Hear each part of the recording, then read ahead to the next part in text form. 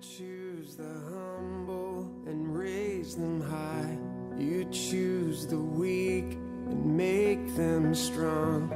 You heal our brokenness inside. Hey Boosters, it's great to see all of you again today. And welcome to the fifth Sunday of the Lenten season, a time in the Christian calendar when we more specifically examine ourselves in terms of the call to carry up our cross and follow Jesus. And one thing is for certain about life, everybody has a life bucket. I have a bucket here that represents that, called my life bucket. You have a life bucket too. Everybody has a life bucket. And in this world, our life buckets are going to get bumped. Our life buckets are going to get kicked around sometimes. This world is an imperfect world. This world is not the world that God originally created. And I guess the question that we all need to ask ourselves is this: as we deal with the bumps and kicks in life, how are we going to respond? As we deal with the bumps and kicks in our marriages and our jobs, when we're at school, when we are given that report from our physician that we don't like about our health, when we have to deal with parental concerns and more. How is it that we're going to respond to the fact that our life bucket is going to be bumped, that our life bucket is going to be kicked?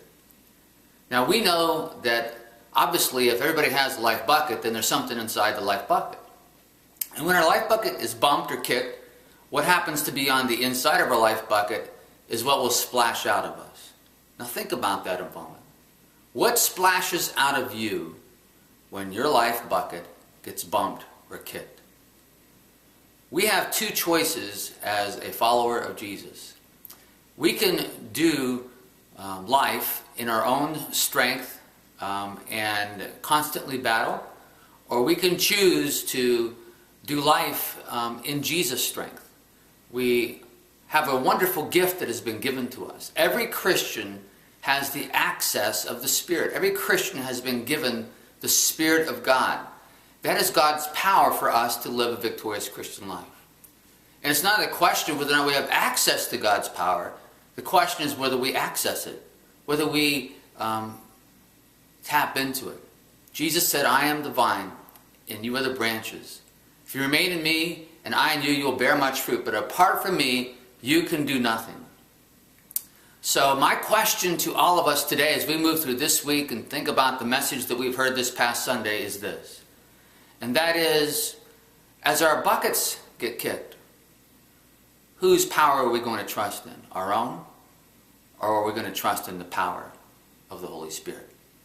God bless and have a great day. The same love that